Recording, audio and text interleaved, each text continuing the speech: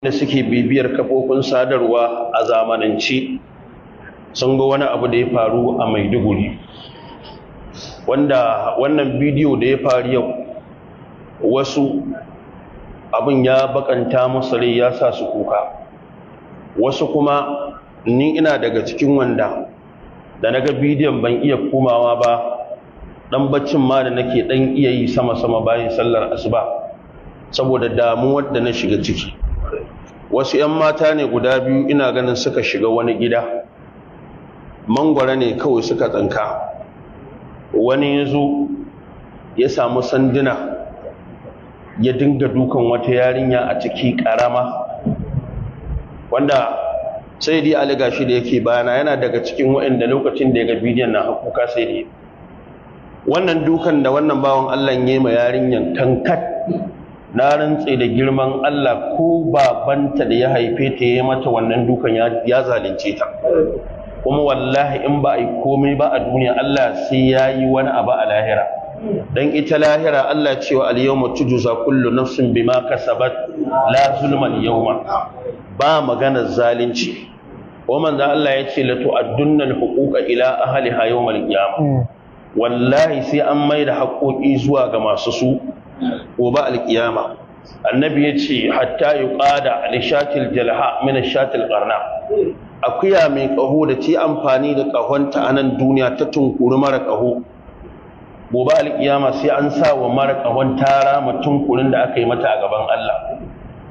Wannan sanduna ne fa idibu sanda malam ya samu yarinyar nan ya dinga dukanta tun tana tsaye sai da ta kai kwanci ta ko'ina. Wannan ba wai magana ake ta maganar haƙƙin ɗan adam ba, a'a babu wani haƙƙi wanda ba a taka ba. An taka mutuntaka, an taka haƙƙin ɗan adam, an taka dokar Allah. Shi yasa kaga malami a addini ko a islamiyya ne ko laifi aka yi, duk dukan da zai wa ɗalibi bulala ba a yadda ta wuce 10 ba, haka annabi ya nassanta a hadisi. Kada bulala ta wuce 10 ma dama ba haddin Allah za a tsayar akan mutum ba. Amma irin wannan dukan da ya dinga yawa a yarinyar nan, na tabbatar da cewa ya mata bugun da wannan illar da ya mata na wannan bugun sanda ce malam, ba wai fa bulala ba fa, sanda wannan ta karye ya sake ɗauko wata.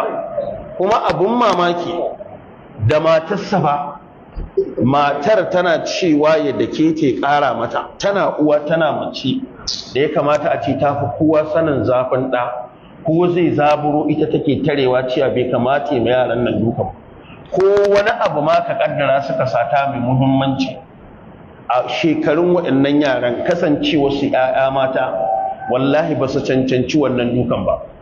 Abin da ya ɓata min rai, wai sai gashi wai an ɗauko shi wai kawai ana nuna shi wai yana ba da haƙuri, maimakon ya kamata shi ma a mai raga-raga kafin ya ba da haƙuri.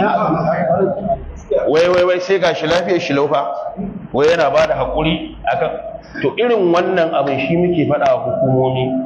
Na rantse da Allah, in abu yana faruwa in ba sa ɗaukar mataki su yi abin da ya dace, billahi allazi la ilaha illa huwa, ba doka a hannu ba, in ana ɗaukar doka a hannu da ƙafa wallahi mutane sai sun ɗauka. Dan ban ga wani uba da za ka yi mai yassa irin wannan ba, kowanta ko kaninta yana da yadda zai yana kallon ka shikenan ka da ki banza an wuce. Wadda haka muna kira gwamnatin jiha ta kamo shi a yanzu, wannan maganan ya ba da haƙuri. Na rantse da Allah ba zai warware wannan kes ɗin ba, ko a gaban Allah ba a gaban ku ba.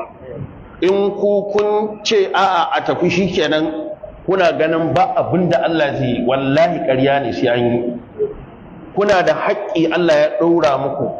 Mun sha faɗa mun ce dalili 3 da ilimi da kuɗi da mulki, Allah bai tsara kowa zai zama wa'annan ba.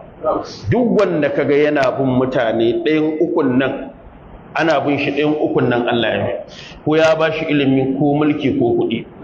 To ko a matsayin ku na shugabanni Allah ya sanya ku zama inuwar da mutane duk wanda ya zo zai huta. Yana daga cikin amfanin mulki, wanda aka zalunta yana da ƙaramin ƙarfin da la nasira lahu, hukuma ta amfani da ƙarfinta ta yi ma wanda aka zalunta adalci. Na tabbatar yarinyar nan, shi wanda ya daki yarinyar nan wallahi inda ya tabbatar babanta wani ne wallahi ba zai mata wannan dukan ba.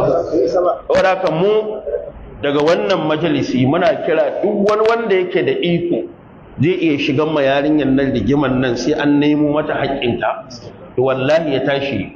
Annabi cewa kaifa yuqaddisu Allahu ummata, ta yaya Allah zai tsarkake al'ummar da ba za ta iya karɓo haƙƙi daga mai ƙarfi ba ta maiwa mai rauni haƙƙin shi, ta yaya zai? Wannan shine, kuma Allah ya isan mata akan abin da ya mata. Wannan shine.